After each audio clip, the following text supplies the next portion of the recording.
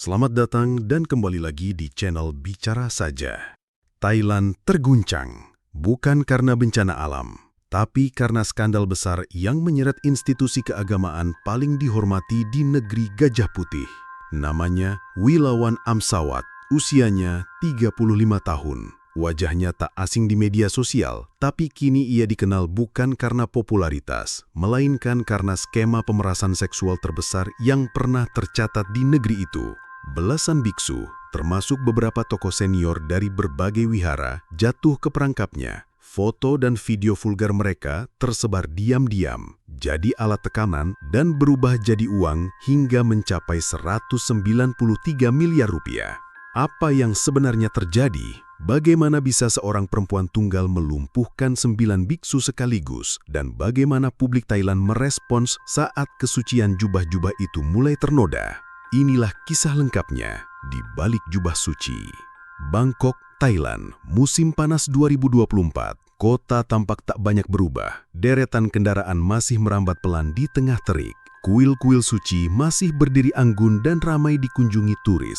Dan suara lonceng doa masih terdengar dari kejauhan. Namun di balik semua itu, rakyat Thailand sedang menyaksikan runtuhnya kepercayaan mereka terhadap lembaga yang selama ini dianggap paling suci, wihara.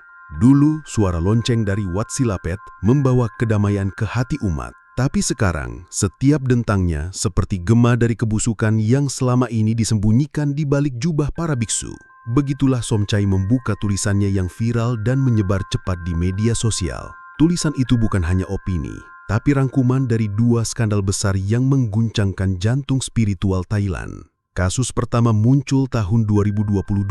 Sebuah penyelidikan diam-diam oleh unit khusus kepolisian menemukan kejanggalan keuangan di beberapa biara ternama. Dana donasi umat yang seharusnya dipakai untuk renovasi kuil, perawatan biksu lanjut usia, dan program amal mengalir ke rekening pribadi beberapa biksu senior. Wihara Wat Silapet yang terletak di sisi barat Bangkok menjadi simbol dari aib itu. Nama Pra Azar Noparat, pemimpin spiritual yang disegani selama lebih dari 20 tahun, akhirnya terungkap memiliki aset lebih dari 50 juta baht yang tidak dapat dijelaskan. Namun, karena tekanan politik dan perlindungan dari Dewan Agama, kasus itu menguap di tengah jalan. Beberapa biksu dipensiunkan, beberapa lagi dipindahkan ke biara terpencil. Rakyat kecewa, tapi tidak bisa berbuat banyak. Saat Thailand mulai perlahan melupakan aib itu, datanglah badai yang jauh lebih besar. Seorang wanita bernama Wilawan Amsawat ditangkap di rumahnya di Nonthaburi setelah penyelidikan rahasia selama berbulan-bulan oleh Letnan Supachai dan timnya. Barang bukti yang disita mengejutkan publik. Lebih dari 80.000 file digital yang berisi foto dan video vulgar semuanya menampilkan para biksu dari berbagai wihara dalam posisi, tempat, dan situasi yang sangat tidak pantas. Tapi itu baru permulaan. Dari penelusuran rekening, ditemukan aliran dana masuk ke Wilawan sebesar 385 juta baht atau sekitar 193 miliar rupiah. Selama 3 tahun terakhir, uang itu berasal dari setidaknya 12 biksu. Sebagian besar adalah mereka yang dulu juga terseret kasus korupsi. Supachai tahu sejak awal bahwa kasus ini bukan perkara biasa. Ia pernah hampir dicopot dari jabatannya setelah menyentuh jaringan korupsi biara. Tapi ia tak gentar saat laporan anonim masuk kepadanya, berisi klip pendek biksu dari Wat Silapet tengah berdua dengan seorang wanita dalam kamar hotel. Ia tahu ini bukan kebetulan. Penelusuran IP address mengarah ke sebuah apartemen mewah di Nonthaburi. Di sanalah Wilawan tinggal. Penyamaran dilakukan. Polisi wanita dikirim mendekati jaringan sosial Wilawan. Transaksi online dipantau. Bukti perlahan dikumpulkan.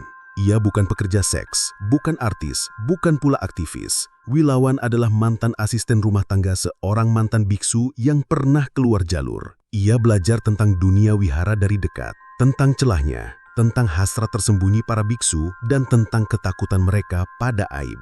Ia menjalin hubungan dengan para biksu secara personal, mulai dari bertemu saat sesi meditasi privat, hingga meminta bimbingan spiritual. Lama-lama, hubungan berubah menjadi fisik. Di sanalah ia merekam semuanya, dengan izin atau tanpa izin. Ia mengemas semuanya, percakapan, rekaman kamar hotel, pesan-pesan sensual. Lalu satu persatu para biksu itu ditekan secara halus. Tak ada ancaman, Hanya kalimat seperti, "Kamu tahu, aku masih simpan videonya." Yang membuat publik marah bukan hanya perbuatannya, tapi karena sebagian besar dana yang diberikan para biksu untuk menutup skandal ini berasal dari donasi umat. Jadi bukan hanya dosa pribadi, tapi pengkhianatan terhadap umat yang percaya. Wat Silapet kembali jadi pusat perhatian. Kali ini bukan karena kemegahan patung Budanya, tapi karena diketahui sebagai biara di mana sebagian besar biksu yang terlibat berasal. Media sosial meledak.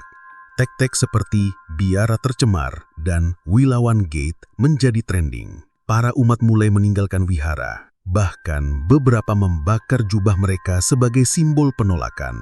Somchai, sang jurnalis menulis, "Kita pernah terluka oleh korupsi para biksu, tapi sekarang kita diludahi oleh kebejatan mereka. Ini bukan soal individu, ini sistem yang sakit dan diam-diam menikam umatnya sendiri." Letnan Supachai kini menghadapi tekanan besar.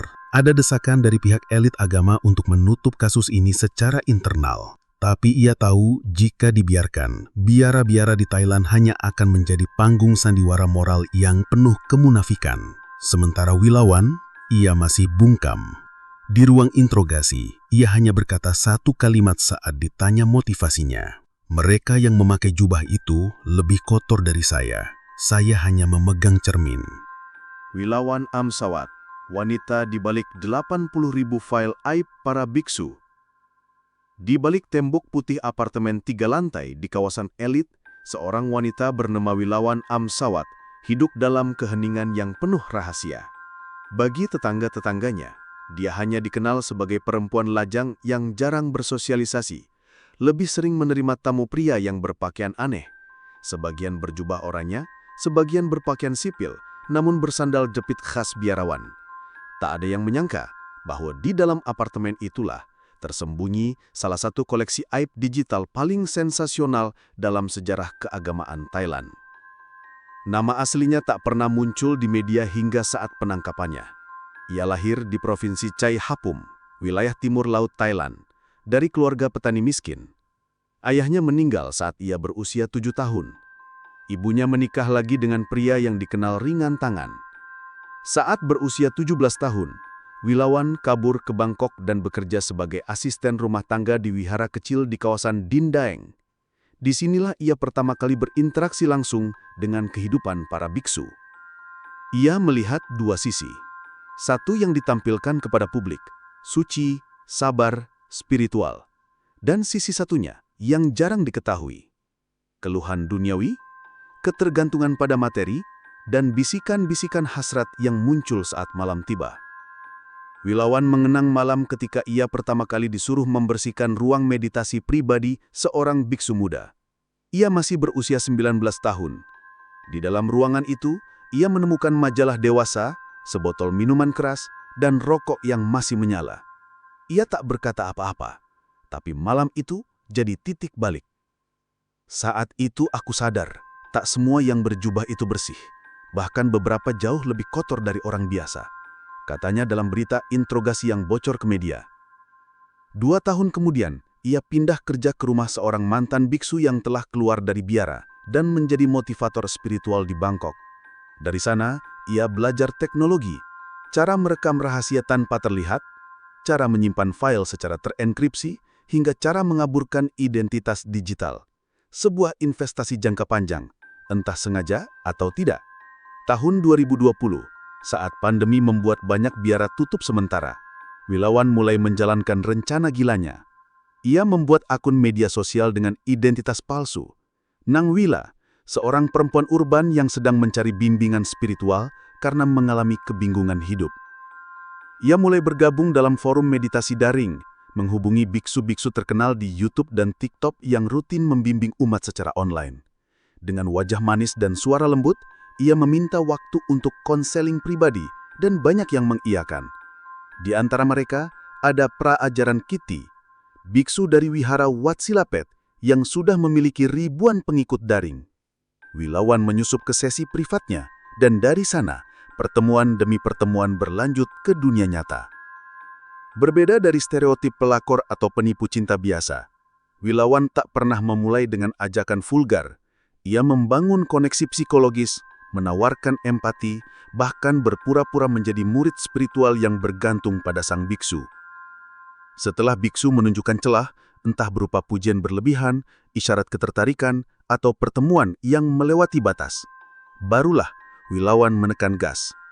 Ia mengatur pertemuan di hotel, rumah sewa, hingga bahkan di ruang meditasi kosong. Semua direkam diam-diam, lewat kacamata berkamera, kamera tersembunyi di tas, bahkan perangkat tersembunyi di ikat pinggang. Dalam penggerebekan apartemen Wilawan, polisi menemukan 14 hard disk eksternal, 5 laptop, dan lebih dari 30 kartu memori.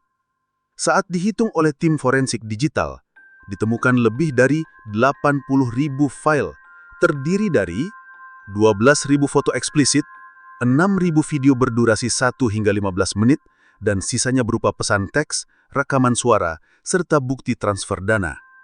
File itu dikategorikan secara detail. Ada folder dengan nama Wat Silapet _Kitty, Ajaran S, Video Hotel, hingga Top Secret, Jangan Sebar. Semua menunjukkan satu hal. Wilawan menyimpan segalanya dengan rapi, seperti pengarsip profesional. Setelah merekam, Wilawan tak langsung memeras. Ia menunggu. Beberapa file ia kirimkan kepada sang biksu dengan kalimat, "Aku takut kamu akan tinggalkan aku. Jadi aku simpan ini untuk jaga-jaga. Jangan khawatir, aku tak akan menyebarkannya." Respon para biksu hampir seragam. Panik, takut, dan mulai menawarkan uang. Awalnya 10.000 bat, lalu naik jadi 100.000. Bahkan salah satu biksu dari Chiang Mai mengirim 2 miliar bat agar videonya tidak sampai ke Dewan Agama. Wilawan tahu harga dirinya. Ia pasang tarif diam-diam. Beberapa biksu juga bahkan terjebak jadi klien tetap, mengirim uang setiap bulan seperti membayar utang dosa. Publik berspekulasi, apakah Wilawan melakukannya demi uang, atau karena trauma masa lalu di biara, atau ada motif lebih dalam. Dalam interogasi yang dikutip oleh surat kabar Daily News, Wilawan hanya berkata, "Saya tidak memeras mereka. Saya hanya memberikan cermin kepada mereka. Mereka bisa berhenti kapan saja, tapi mereka terus datang." Bagi sebagian masyarakat, Wilawan adalah penjahat. Bagi sebagian lain, ia semacam pembalas dosa, penyuci palsu dari balik kesucian pura-pura. Letnan Supachai menyebut, Wilawan mencatat semuanya, nama, alamat, biara, hingga rekening bank para biksu yang terlibat. Dari data tersebut, ditemukan setidaknya 21 nama, termasuk 9 yang kini telah dipecat dari status keagamaannya. Ia berkata dalam konferensi pers, "Ini bukan kasus pemerasan biasa, ini sistem. Sistem yang dimungkinkan karena ketamakan, celah spiritual, dan hasrat yang ditekan bertahun-tahun." Kini, publik Thailand tak hanya dihadapkan pada skandal uang, tapi skandal moral yang mengguncangkan akarnya. Jika dulu mereka kecewa karena korupsi di wihara, kini mereka marah karena dosa yang jauh lebih pribadi. Dan di tengah pusaran itu, Wilawan Sawat duduk diam di ruang tahanan, menatap kamera interogasi. Tatapannya tenang. Mungkin karena ia tahu, ini baru permulaan. Perangkap nafsu di balik dupa dan doa. Kamar meditasi itu tampak sunyi. Aroma dupa masih tersisa di udara. Dindingnya berwarna krem pucat, dihiasi lukisan Buddha dalam pose damai. Di pojok ruangan tergeletak sehelai kain jubah oranye yang tampak tergesa-gesa ditinggalkan. Dan di atas altar kayu, sebuah kamera kecil terpasang, nyaris tak terlihat oleh mata telanjang. Ini bukan tempat meditasi biasa. Ruang ini, menurut catatan penyidik, menjadi salah satu lokasi utama terjadinya hubungan terlarang antara Wilawan Amsawat dan para biksu. Disinilah tempat jiwa disucikan, namun justru dijadikan ladang dosa oleh mereka yang seharusnya menjaga kesuciannya. Dalam berkas investigasi Unit Khusus Kriminal Thailand yang dipimpin Letnan Supachai Wirot, terungkap pola mengerikan. Sebagian besar pertemuan seksual tidak dilakukan di hotel atau rumah pribadi, tapi justru di ruang-ruang wihara, termasuk ruang belajar kitab suci, kamar meditasi pribadi, dan bahkan kamar tidur para biksu.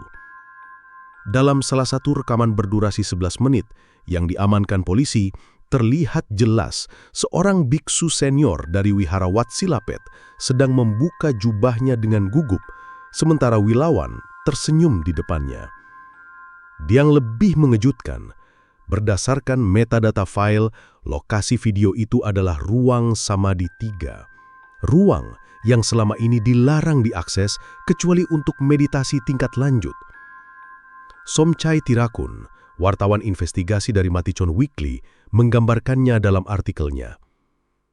Ini bukan hanya soal seks. Ini tentang bagaimana nafsu dan kuasa bersatu dalam sunyi. Mereka memanfaatkan ruang suci sebagai benteng dosa. Ironisnya, karena tempat itu dianggap terlalu sakral, tak seorang pun berani curiga. Dalam salah satu pesan suara yang ditemukan di ponsel Wilawan, seorang biksu bernama Prawinit berkata, "Kita tidak sedang berdosa. Ini adalah penyatuan energi. Aku sudah pelajari tantra. Ini bagian dari pencerahan." Kata-kata itu menjadi bahan tertawaan di kalangan penyidik, tapi juga bukti nyata bagaimana para biksu ini membungkus hubungan terlarang mereka dengan alasan spiritual. Wilawan dengan kecerdasan sosialnya tampaknya tak hanya mengandalkan tubuh, tapi juga manipulasi batin. Ia memposisikan diri sebagai murid yang bingung, butuh pencerahan, kesepian dalam perjalanan rohani. Para biksu yang seharusnya membimbing justru terperosok masuk ke jurang hasrat yang mereka sendiri coba tutupi. Dalam dokumen pengadilan, disebutkan ada setidaknya 7 lokasi yang secara konsisten dipakai Wilawan untuk menjebak para biksu. Pertama, ruang Samadhi 3, Wat Silapet, Bangkok, tempat terjadinya 5 rekaman eksplisit dengan 3 biksu berbeda. Kedua, kamar tidur tamu Wihara Wat Bunlu, Nontaburi, tempat Wilawan pernah menginap selama 3 malam. 3. Sangha Studi Center, Patum Thani, salah satu gedung studi keagamaan paling terhormat, digunakan untuk bimbingan pribadi. 4. Hotel murah di kawasan Road, tempat para biksu menyamar sebagai tamu biasa. 5. Apartemen Wilawan sendiri, tempat paling banyak rekaman terjadi, termasuk pertemuan dengan biksu dari luar kota.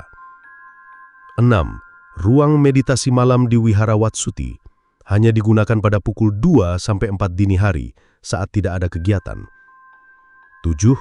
Mobil van pribadi seorang biksu, rekaman dilakukan menggunakan kamera tersembunyi di dashboard.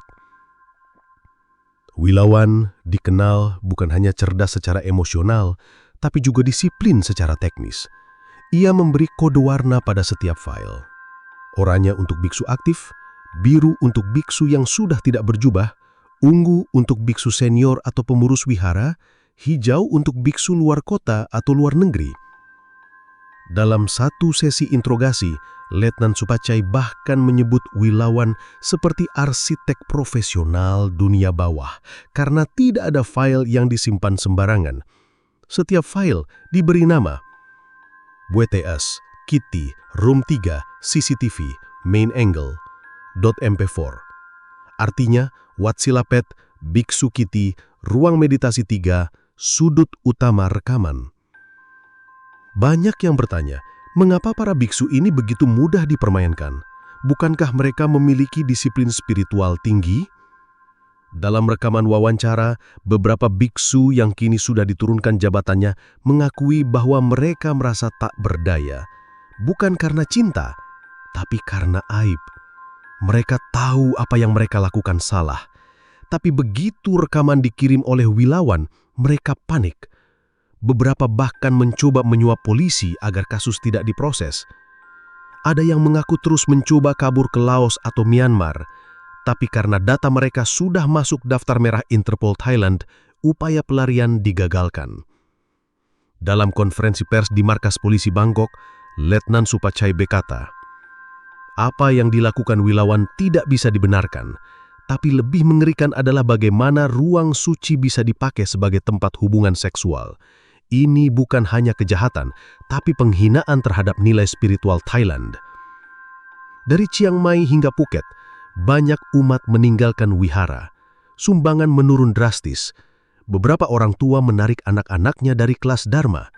Bahkan muncul gerakan #StopDukungBiara di media sosial. Somchai Tirakun menulis, "Dulu kita mengira biara adalah pelindung dari dunia luar, tapi sekarang mereka tak bisa melindungi diri mereka sendiri dari kehinaan itu." Di ruang sidang sementara di Bangkok, Wilawan duduk diam. Dia tidak menangis, tidak bersuara, tapi matanya menatap lurus ke arah jurnalis. Beberapa berkata ia tampak tenang, yang lain bilang ia tampak menang. Dan ruang meditasi yang dulu penuh doa, kini jadi ruang forensik. Tim penyidik membersihkan alat-alat bukti, mencabut kamera, dan menandai titik rekaman. Di balik dupa dan doa, ternyata perangkap nafsu telah disiapkan bertahun-tahun. Saat jaksa menyebut angka itu, 193 miliar rupiah atau sekitar 400 juta baht, suara di ruang sidang langsung terdiam.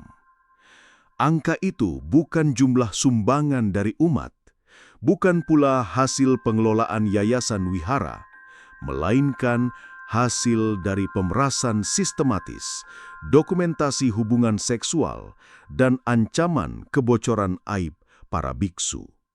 Di balik senyum tenangnya, Wilawan Amsawat ternyata memiliki jaringan rumit.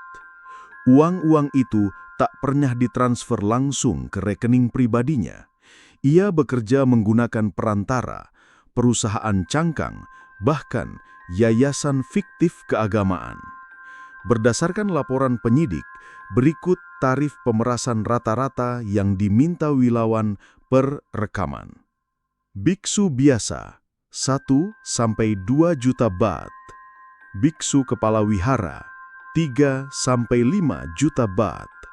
Biksu dengan jabatan keagamaan publik, pengisi ceramah TV atau YouTube, 5-10 juta baht. Biksu dari luar negeri, Singapura, Malaysia, Kamboja, 6-15 juta baht. Beberapa biksu bahkan diminta membayar tiap bulan agar rekaman tidak disebarkan. Mereka dijadikan langganan pemerasan dengan sistem berlangganan sunyi. Salah satu kunci sukses Wilawan adalah mendirikan Yayasan Bhavana Sejati, sebuah organisasi fiktif yang seolah-olah bergerak dalam pendidikan Dharma. Melalui yayasan inilah, ia menerima dana donasi yang sebenarnya uang tutup mulut, membayar pengacara pribadi untuk menyiapkan dokumen hukum seolah transaksi sosial, mengalirkan uang ke rekening-rekening luar negeri, terutama ke Kamboja, Vietnam, dan Hong Kong. Yayasan ini bahkan memiliki situs resmi, brosur kegiatan, hingga akun media sosial. Semua dijalankan oleh 3 staf tetap yang belakangan diketahui adalah teman lama Wilawan dari masa kuliahnya di Chiang Rai. Tim Cybercrime Division Thailand menelusuri aliran dana yang mencurigakan. Mereka menemukan bahwa lebih dari 60 rekening terlibat dan lebih dari 200 transaksi dilakukan selama 3 tahun terakhir.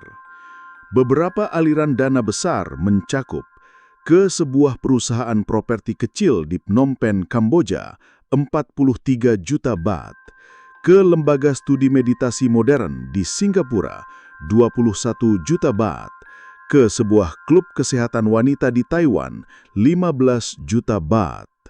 Setelah dilacak, semua entitas ini tidak memiliki kegiatan nyata. Mereka hanyalah saluran pencucian uang yang digunakan Wilawan untuk menyimpan dan memutar hasil pemerasan. Dengan dana sebesar itu, Wilawan membangun kerajaan kecil, 3 apartemen mewah di Bangkok, 2 atas nama orang tuanya, 1 atas nama pacarnya. Mobil sport merah merek Ferrari California dibeli tunai. koleksi jam tangan mahal, termasuk Patek Philippe dan Rolex, senilai lebih dari 9 juta baht. Investasi saham dan kripto melalui broker legal, namun disamarkan sebagai yayasan. Yang lebih mengejutkan, ia membeli rumah di Chiang Rai untuk orang tuanya dan sebuah wihara kecil di pegunungan sebagai tempat tobat spiritual yang hanya dia dan segelintir orang tahu lokasinya. Salah satu biksu senior, Pra Buncai, yang akhirnya berani bersuara, berkata, "Saya dibodohi, tapi lebih dari itu, saya merasa dipenjara oleh rasa takut. Kalau video itu keluar, reputasi saya hancur. Jadi, saya bayar tiap bulan sampai akhirnya dana wihara saya terkuras." Pengakuannya menggambarkan betapa rasa malu lebih ditakuti daripada keadilan. Biksu lain bahkan menggadaikan tanah warisan keluarganya demi bisa membayar Wilawan. Kasus ini membesar bukan hanya karena uangnya, tapi karena keterlibatan pihak non-agama. 3 orang pengacara diketahui terlibat aktif, membantu menulis kontrak tutup mulut, mengatur jalur transfer luar negeri, dan mengancam balik biksu yang coba melapor polisi. Bahkan seorang mantan anggota parlemen dari Partai Peutai disebut menerima uang dari Wilawan untuk membantu menutup penyelidikan awal tahun 2023. Namun, hal ini masih dalam tahap penyelidikan lanjutan.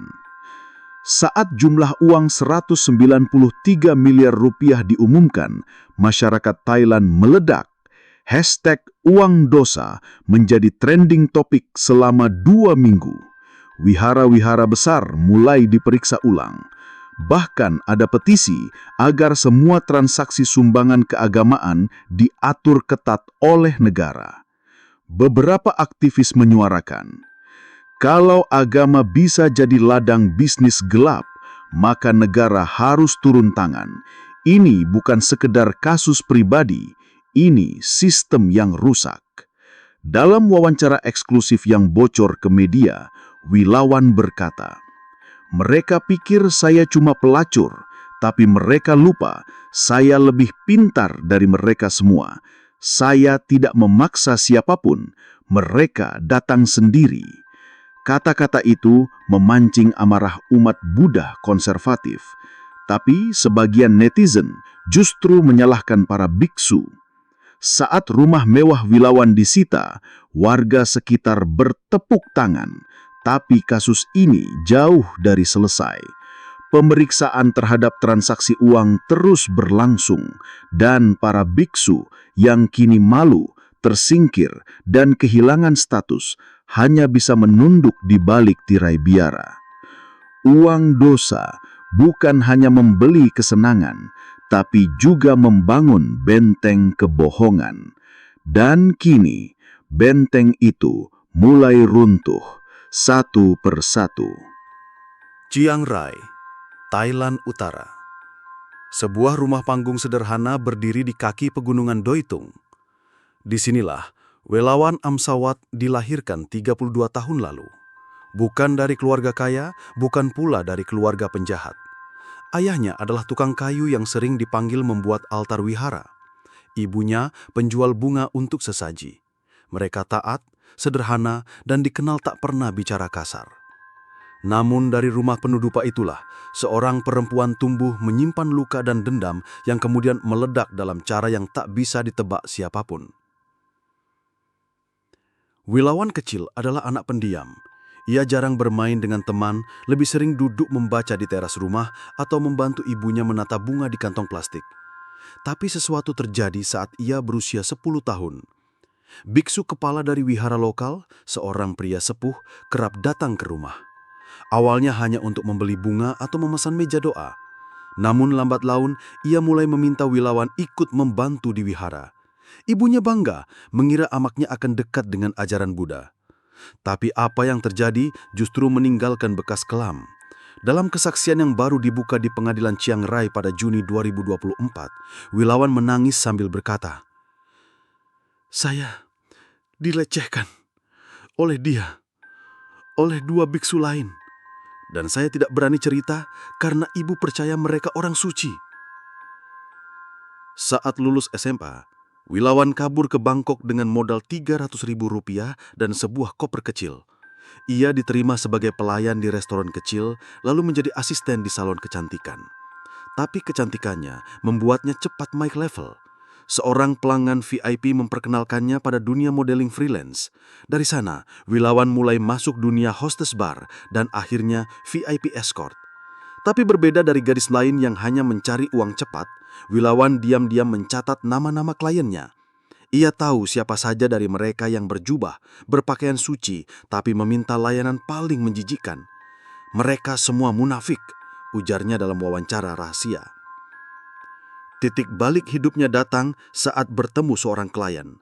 Prasu Rasid, biksu ternama dengan jutaan subscriber YouTube yang kerap mengisi acara meditasi online. Ia membayar mahal, tapi juga kasar. Dan saat mabuk, dia bercerita tentang klub pribadi para biksu yang sering menyewa wanita untuk perlayanan spiritual. Itulah momen ketika Wilawan berhenti jadi korban. Ia mulai menyusun skenario. Bukan balas dendam membabi buta, tapi sistematis. Ia pura-pura mendalami ajaran Buddha. Ia mengubah logat bicaranya agar terdengar lembut dan bijak. Ia mulai mendekati wihara dengan menyamar sebagai penyumbang tetap. Dari sinilah jaringan rekaman dimulai. Bukan jebakan biasa, tapi permainan intelektual. Dalam banyak profil media sosialnya, Wilawan mengaku lulusan Master Filosofi Agama dari Mahachulalongkorn University. Ia bahkan beberapa kali menjadi pembicara di acara semi-formal umat awam. Namun ternyata semua ijazahnya palsu. Ia memalsukan transkrip, membeli rekomendasi dari mantan dosen yang diancam dengan video pribadi, dan mencetak kartu alumni. Itu memberikannya akses masuk ke wilayah yang hanya terbuka bagi calon rohaniawan. Apa yang membuat Wilawan berbeda dari pelaku pemerasan biasa adalah ketepatan strategi. Ia memilih target dengan jabatan tinggi. Ia tidak langsung memeras, tapi membangun relasi dulu. Ia mengirim ancaman dengan nada spiritual. Jika video ini muncul, bukan hanya Anda yang hancur, tapi kepercayaan umat. Ia tidak memakai preman. Ia pakai bahasa keagamaan untuk mengunci korban. Bahkan ada satu biksu yang mengaku sampai ingin bunuh diri karena tekanan batin dari Wilawan. Namun saat kasus ini mencuat, warga sekitar rumah masa kecil Wilawan di Chiang Rai justru membelanya. Salah satu tetangganya berkata, "Dia pintar, selalu sopan. Mungkin kalau dia tidak dilukai sejak kecil, dia tidak akan begini. Ini salah sistem." Beberapa aktivis perempuan bahkan menganggap Wilawan adalah hasil dari kegagalan perlindungan perempuan di ruang suci. Mereka mendorong agar investigasi juga dilakukan terhadap kasus pelecehan seksual yang dilakukan biksu ke anak-anak perempuan di daerah pedesaan. Muncul satu pertanyaan besar di tengah publik. Kalau biara adalah tempat suci, kenapa ada begitu banyak celah kotor di dalamnya? Kisah Wilawan bukan sekedar kisah skandal, tapi sebuah cermin retak yang memperlihatkan kerapuhan moral di balik jubah kuning yang diagungkan. Dan bagi Wilawan, ini bukan hanya permainan uang. Saya tidak menghancurkan mereka. Mereka menghancurkan diri sendiri.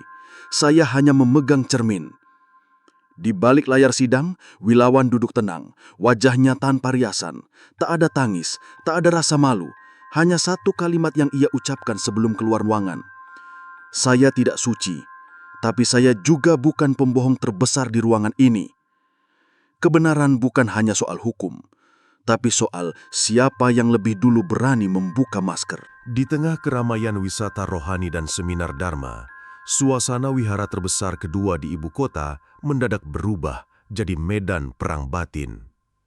Umat mulai mempertanyakan, apakah kita selama ini menyembah kebohongan berjubah? Kasus Wilawan Amsawat menjadi pemantik besar, tapi api kecurigaan sudah lama membara. Sebelum skandal seksual mencuat, rakyat Thailand sudah dibuat murka dengan kasus korupsi dana pihara oleh biksu senior yang melibatkan puluhan juta baht untuk pembelian properti dan mobil mewah. Kini, masyarakat dihantam 2 kali, oleh uang dan oleh moral. Dalam tradisi Buddhisme Theravada yang dijunjung Thailand, 2 hal menjadi pilar utama. 1. Dana, kedermawanan. 2. Sila, moralitas. Dana dikumpulkan dari umat yang percaya bahwa memberi ke wihara akan membawa karma baik.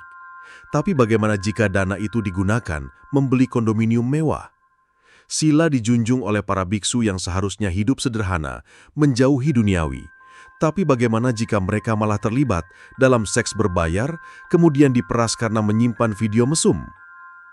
Umat seperti Kun Ratri, 47 tahun ibu rumah tangga dari Nontaburi, menangis di depan kamera Channel 3 sambil berkata, "Selama 15 tahun saya menyumbang setiap bulan, tapi uang itu ternyata untuk bayar wanita dan sewa hotel. Ini bukan sekadar dosa, ini pengkhianatan." Tanggal 17 Juli 2025, ratusan umat Buddha berkumpul di depan Wat Pratamakaya, wihara yang dikenal megah dan modern. Mereka membawa spanduk bertuliskan, "Jubahmu bukan tameng. Kami butuh dharma, bukan drama." Para demonstran menuntut reformasi menyeluruh, audit independen atas kekayaan wihara, dan sistem pemilihan ulang kepala biara oleh umat awam, bukan hanya oleh Dewan Sangga atau otoritas keagamaan tertinggi. Yang mengejutkan, beberapa biksu muda ikut dalam demonstrasi diam-diam, menyamar dengan masker dan topi. Salah satu mereka yang hanya menyebut dirinya Perah T mengatakan, "Kami malu, tapi jika diam, kebusukan ini akan merusak generasi penerus." Media yang memberitakan kasus Wilawan dan skandal biara mulai menerima ancaman. Kantor berita independen Taipei dilaporkan dilempari batu dan editor mereka diserang secara online dengan fitnah sebagai musuh agama. Namun investigasi terus berjalan. Jurnalis wanita bernama Chompuniran berhasil mengakses sebagian dari 80.000 file mesum milik Wilawan. Dari analisis awal, video dan foto dikategorikan, 36% dilakukan di kamar hotel berbintang, 22% direkam di dalam ruang meditasi tertutup, 9% terjadi di luar negeri saat biksu sedang menghadiri simposium internasional. Ini bukan insiden terisolasi, ini pola. Dewan Sangga Nasional Thailand akhirnya dipaksa memberi pernyataan resmi. Dalam siaran pers yang dibacakan oleh Sekretaris Agung, mereka menyatakan, "Kami mengundung segala bentuk pelanggaran sila. Biksu yang terbukti bersalah akan dicabut jubahnya tanpa pandang bulu." Namun masyarakat menilai ini sebagai langkah terlambat. Selama ini, banyak biksu ditutup-tutupi kesalahannya dengan alasan menjaga nama baik. Tapi kenyataannya, nama baik agama justru dihancurkan karena menutup-nutupi. Dalam surat terbuka yang dibacakan pengacaranya di depan pengadilan, Wilawan menulis, "Saya bukan penyebab rusaknya biara. Saya hanya membuka luka yang sudah bernanah. Kalau jubah mereka bersih, saya tak punya alat untuk memeras." Surat itu menyebar cepat di media sosial, memicu debat nasional. Sebagian menganggap Wilawan jahat, licik, manipulatif. Tapi sebagian lain mulai melihat bahwa skandal ini tak akan ada jika moralitas biara benar-benar suci. Psikolog dan sosiolog dari Chulalongkorn University menyebut fenomena ini sebagai dosa kolektif umat, di mana masyarakat terlalu mengagungkan pemuka agama sampai menutup mata terhadap penyimpangan. Profesor Jaran Wancai menulis dalam kolom Bangkok Post, "Biara-biara telah menjelma jadi kerajaan tertutup, tak bisa disentuh hukum. Ini bukan sekadar soal satu Wilawan, tapi tentang bagaimana masyarakat kita membiarkan kekuasaan tanpa pengawasan." Di tengah guncangan ini, muncul wihara-wihara kecil yang berani bersuara, seperti Wat Pasuan Luang di Kongkean. Biksu kepala mereka Prah Ajan Bunmi mengadakan sesi meditasi massal untuk meminta maaf kepada umat atas nama institusi. Ia berkata, "Kami mungkin bukan bagian dari skandal, tapi kami bagian dari sistem yang diam, dan itu juga dosa." Kepercayaan tak bisa dibangun hanya lewat ritual. Ia harus dibuktikan lewat konsistensi moral. Kasus Wilawan telah mengguncangkan fondasi itu. Tapi mungkin ini justru momen paling jujur dalam sejarah Buddhisme Thailand. Biara tak bisa hanya menjadi tempat suci dari luar, ia harus juga terang dari dalam. Dan sekarang, semua mata menunggu. Siapa lagi yang akan membuka jubah mereka, dan apa yang akan kita lihat di baliknya? Di tengah kerlap-kerlip lampu klub malam, musik EDM, dan tarian sensual para penari eksotis. Sebuah sosok berjubah oranye diam-diam masuk ke sebuah lounge VIP. Wajahnya disamarkan masker medis, tetapi dari aksen bicaranya saat memesan minuman, ia jelas bukan wisatawan biasa. Malam itu, seorang biksu senior yang dikenal publik sebagai penyampai dharma di saluran YouTube-nya terlihat bersulang dengan seorang wanita berambut panjang yang tak lain adalah Wilawan Amsawat. Ini bukan rekaman fiksi, tapi bagian dari dokumentasi tersembunyi yang dikumpulkan oleh Chompu Niran, jurnalis investigasi wanita dari Bangkok Post yang menyamar menjadi pramusaji freelance di klub malam Luna Black di Pattaya. Apa yang ia ungkapkan kemudian mengguncangkan seluruh negeri. Setelah publik tahu bahwa sebagian dari 80.000 file milik Wilawan berisi aktivitas seksual dengan biksu di luar wihara, muncul satu pertanyaan besar. Di mana sebenarnya hubungan itu terjadi? Berdasarkan data forensik dari metadata video, Chompu melacak pola perjalanan Wilawan ke Pattaya setiap 2 minggu sekali selama 2,5 tahun terakhir. Anehnya, pada tanggal-tanggal itu, beberapa biksu dari Wat Mahathat dan Wat Prapatom Chedi juga mengajukan izin meditasi pribadi di luar kota. Setelah sebulan bekerja menyamar, Chompu berhasil mengenali 3 wajah biksu senior yang menginap rutin di Hotel Bintang 5, Astra Blue. Mereka menggunakan identitas palsu, namun terverifikasi dari sidik jari gelas dan jejak CCTV. Luna Black bukan sekedar tempat hiburan biasa. Klub ini punya ruang privat bertarif 50.000 baht per malam, hanya bisa diakses pelanggan VIP. Dalam ruangan kedap suara itu, transaksi seksual dilakukan dengan perempuan panggilan berpakaian cosplay biksuni. Iya, cosplay biksuni, seolah mengejek kesucian biara. Yang lebih mengejutkan, Chompu menemukan bahwa Wilawan bukan satu-satunya pelaku pemerasan. Ada satu perempuan lain yang bekerja sebagai fotografer dan mengelola video rekaman aksi seksual untuk arsip dan transaksi pembayaran. Dengan keberanian luar biasa, Chompu mengirimkan dokumentasi lengkap ke Komite Khusus Penegakan Etika Keagamaan. Dalam laporannya, terdapat foto biksu berpakaian biasa sedang menonton tarian striptease, video 2 biksu berhubungan seks di jacuzzi bersama Wilawan, chat dan bukti transfer uang dari rekening wihara ke akun pribadi milik Wilawan melalui rekening perantara. Bukti ini menyebabkan gelombang kedua pemecatan, di mana 4 biksu lainnya langsung dicopot jubahnya, termasuk seorang kepala biara di wilayah Chonburi. Skandal ini sudah tak bisa dianggap remeh. Pada tanggal 18 Juli 2025, Perdana Menteri Thailand mengeluarkan pernyataan khusus. Kami mendukung kebebasan beragama, tapi agama bukan tempat persembunyian bagi kriminal. Tak hanya itu, Istana Kerajaan juga secara simbolis mencabut penghargaan keagamaan terhadap 2 tokoh biara yang sebelumnya menerima anugerah kehormatan dari Raja. Hasil penyelidikan terbaru menunjukkan bahwa Wilawan tidak bekerja sendiri. Ia diduga memiliki jaringan pemerasan lintas provinsi yang menargetkan para biksu berpengaruh, khususnya yang memiliki akses ke dana wihara. Seorang mantan sahabat Wilawan yang bernama Tamonwan Jit Prakaran, 40 tahun, yang kini menjadi saksi kunci mengatakan, Wilawan tahu kelemahan para biksu, kesepian, nafsu, dan rasa tak tersentuh hukum. Ia bukan sekedar wanita penggoda, dia manajer operasi yang sangat sistematis. Media sosial Thailand meledak, tagar seperti biara kotor, dharma atau drama, dan Wilawan Files trending selama seminggu. Banyak umat memilih berhenti menyumbang dana ke wihara. Beberapa wihara kecil kehilangan lebih dari 60% donasi dalam 1 bulan.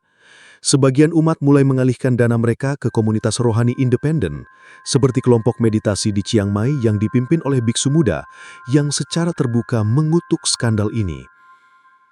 Chompu Niran, jurnalis wanita yang membongkar klub malam para biksu, kini dianggap sebagai simbol kebenaran dan integritas. Meski mendapat ancaman pembunuhan, ia bersumpah tidak akan berhenti. Dalam wawancara eksklusif dengan Thai PBS, ia mengatakan, "Saya bukan anti agama, saya anti penyalahgunaan kekuasaan. Agama seharusnya suci, bukan alat untuk menyembunyikan kelamin dan korupsi." Malam di Pattaya memang penuh cahaya, tetapi dari balik cahaya itulah kegelapan yang paling pekat muncul. Ketika para penjaga moral diam-diam masuk klub malam dan biara menjadi sumber dana gelap, lalu di mana tempat suci yang tersisa? Kasus ini menandai satu hal, keimanan harus disertai kesadaran, bukan pengagungan buta. Kita belum tahu seberapa dalam skandal ini akan menjalar, tapi satu hal pasti, jubah tak lagi bisa menyembunyikan semuanya. Ruang sidang penuh sesak. Media dari berbagai negara hadir. Kamera tak henti menyorot wajah tenang seorang wanita berusia 35 tahun yang kini duduk di balik kotak terdakwa. Wilawan Amsawat, wanita yang namanya jadi pusat badai skandal seks dan pemerasan para biksu Thailand, akhirnya dihadapkan pada keadilan. Di seberangnya, deretan mantan biksu yang kini mengenakan pakaian sipil duduk dalam diam. Tak satu pun dari mereka berani menatap Wilawan. Hari itu, untuk pertama kalinya dalam sejarah hukum Thailand modern, skandal seks yang melibatkan institusi keagamaan tertinggi diproses di depan publik secara terbuka. Suasana mendadak hening saat Wilawan berdiri, menanggapi dakwaan dari jaksa. "Saya memang menjalin hubungan dengan para biksu itu, tapi bukan saya yang menggoda. Mereka yang datang pada saya, dengan uang, janji, dan syahwat tersembunyi di balik jubah mereka. Jika saya salah karena merekam, bagaimana dengan mereka yang menjanjikan saya surga dengan uang wihara? Saya hanya membuka topeng mereka." Pernyataan Wilawan sontak membuat ruang sidang bergemuruh. Di luar, ratusan warga yang memantau sidang melalui layar jaksa di halaman pengadilan bersorak. Ada yang marah, ada yang setuju, dan banyak pula yang justru kebingungan menentukan siapa sebenarnya korban di balik drama ini. Salah satu mantan biksu, Ajaran Tanadul, akhirnya buka suara. Ia adalah eks-kepala biara dari wilayah Ayutthaya yang terkena pemecatan. "Saya lemah. Saya gagal menjaga sumpah suci saya. Tapi saya juga diperas dengan canggih. Dia, Wilawan, menyimpan semua bukti. Dan saya tak berani lapor. Karena siapa yang akan percaya seorang biksu mengaku bersalah karena nafsu?" Tanadul mengaku telah mengirim uang lebih dari 12 juta baht ke rekening Wilawan dalam kurun 2 tahun. Bukan ia satu-satunya. Total ada 9 biksu yang menjadi korban pemerasan. Meski sebagian di antaranya mencoba membantah. Namun, pengakuan Tanadul justru membuat publik bersimpati. Beberapa netizen menyebutnya manusiawi, meski tetap menyayangkan pelanggaran sumpah biksu yang seharusnya menjaga selibat dan kesucian diri. Investigasi lanjutan mengungkap bahwa Wilawan tak bergerak sendiri. Ada 2 operator pria yang membantu pengelolaan video, pemalsuan identitas, dan pengamanan data di cloud server luar negeri. Bahkan, polisi menemukan bahwa sebagian video pun juga dijual di forum gelap dengan nama anonim Saffron Lust. Forum ini menjual konten eksklusif dengan kode langganan senilai ribuan dolar per bulan khusus untuk penggemar konten fetish keagamaan Asia. Wilawan sendiri mengaku hanya mengetahui sebagian dari peredaran tersebut.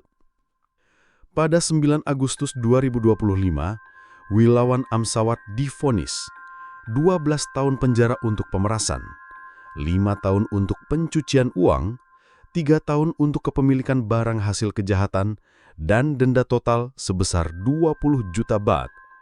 Namun lebih daripada sekedar hukuman, yang terjadi hari itu adalah penghakiman moral terhadap sistem agama yang selama ini terlalu tertutup dari pengawasan. Dewan Sangha Nasional mengumumkan reformasi besar. Setiap perjalanan biksu kini harus disertai dokumentasi ketat. Audit dana wihara dilakukan oleh auditor independen, dan keterlibatan publik dalam pengawasan kegiatan wihara dibuka seluas-luasnya. Setelah vonis dijatuhkan, tagar Wilawan Pembuka Topeng sempat trending di media sosial. banyak warga muda Thailand mulai mempertanyakan, apakah Wilawan benar-benar pelaku utama atau justru simbol dari kemunafikan yang selama ini ditutup-tutupi. Beberapa organisasi feminis menyatakan Wilawan hanyalah potret wanita yang dimanfaatkan, lalu dikambing hitamkan ketika kebenaran muncul. Namun tak sedikit pula yang menganggap Wilawan adalah predator seks dan manipulatif yang merusak lembaga keagamaan demi keuntungan pribadi. Chompuniran, jurnalis yang sejak awal membongkar kasus ini, menutup laporannya dengan sebuah renungan. Kebenaran kadang hadir dalam bentuk paling kotor, tapi ia tetap kebenaran. Dan tugas kita bukan menjauhinya, melainkan membersihkannya dengan keberanian. Kini, Wilawan menjalani hari-harinya di balik jeruji lapas perempuan sentral Nontaburi. Namun efek dari perbuatannya masih terasa. Wihara-wihara kini lebih terbuka, publik lebih kritis, dan biksu bukan lagi sosok yang tak bisa disentuh hukum. Di balik jubah suci, wanita ini peras para biksu Thailand lewat seks dan video mesum, telah membuka mata dunia bahwa tidak ada tempat yang benar-benar suci jika manusia di dalamnya menyembunyikan dosa. Kita telah melihat nafsu dibungkus jubah kesucian, dana amal disalahgunakan demi pesta seks, dan seorang wanita yang mengubah wajah agama di Thailand selama-lamanya.